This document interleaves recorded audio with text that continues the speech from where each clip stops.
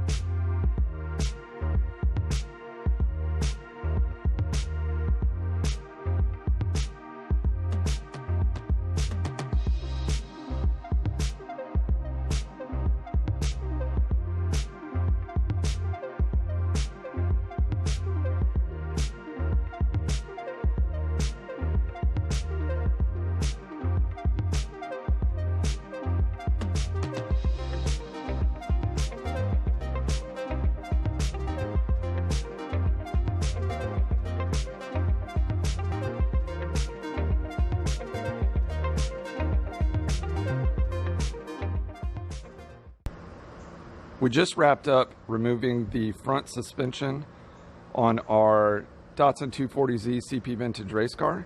Next, we're going to have David, who's in the back there, start by jacking up the rear section of the car and removing the rear section of our suspension. And while he's doing that, I will be jumping on our new to us but used coilover setup.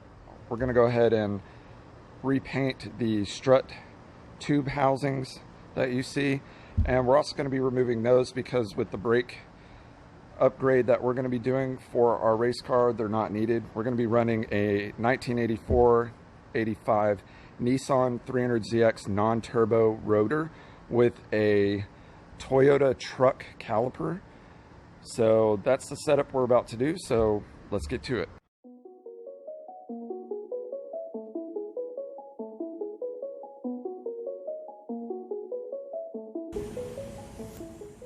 Here's the rear section of our 1971 Datsun 240Z CP Vintage race car. We are about to remove pretty much everything that you see. Our rear suspension, our mustache bar, the rear diff, rear lower control arms, everything's about to come out because honestly we're probably not going to use any of it.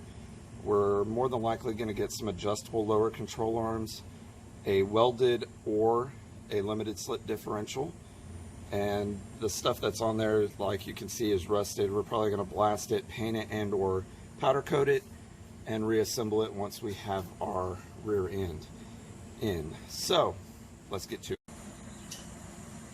The way that we're going to be removing this entire rear section is taking the nuts off of our mustache bar, so that way that will be able to come down. Also these plates back here for the rear lower control arms, also our brake line and our e-brake cable will be removed, along with, I don't know if you can see it, there's some bolts up under here that are holding the rear lower control arms as well as the rear differential. And once we take all of that loose, then we will be removing the 3 nuts that hold the rear suspension.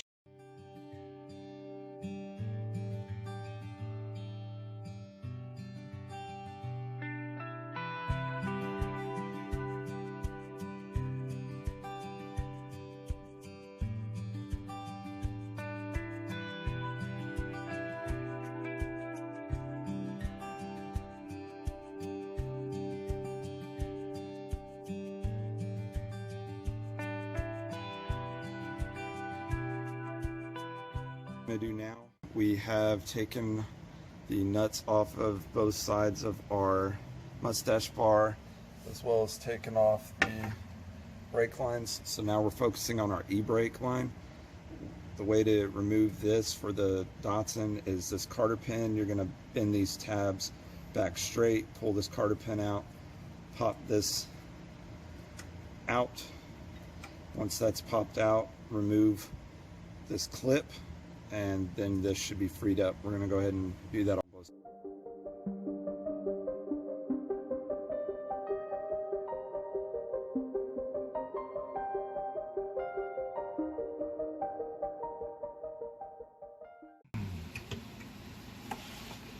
There we go.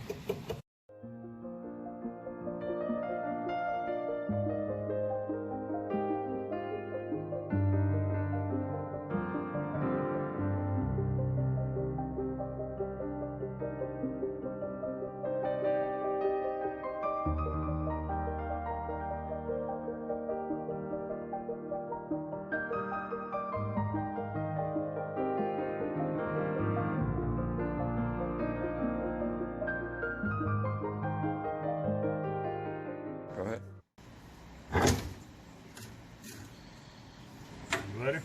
Yep, all the way down if you can.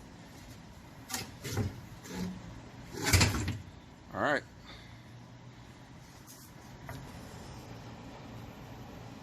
All right, so our rear end is out other than us dropping the front part with the jack, so let's go ahead and get that done. Went ahead and removed from the stub axle the half shaft for the driver's side, so that way we can pull this out as one unit and slide that way. So that's what we're about to do.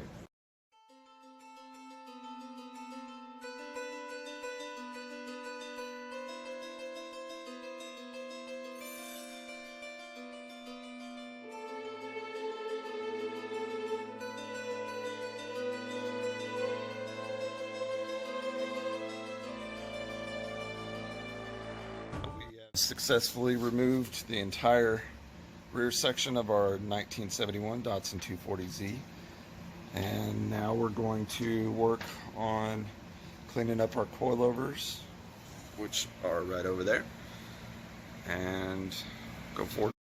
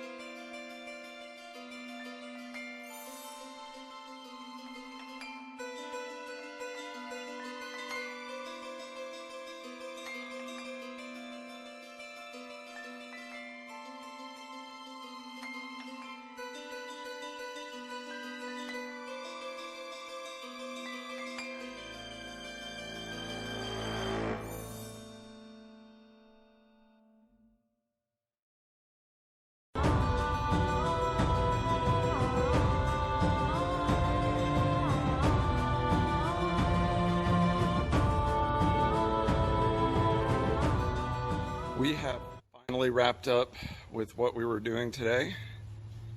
We did remove the entire suspension, rear end, everything off of our 1971 Datsun 240Z CP vintage race car.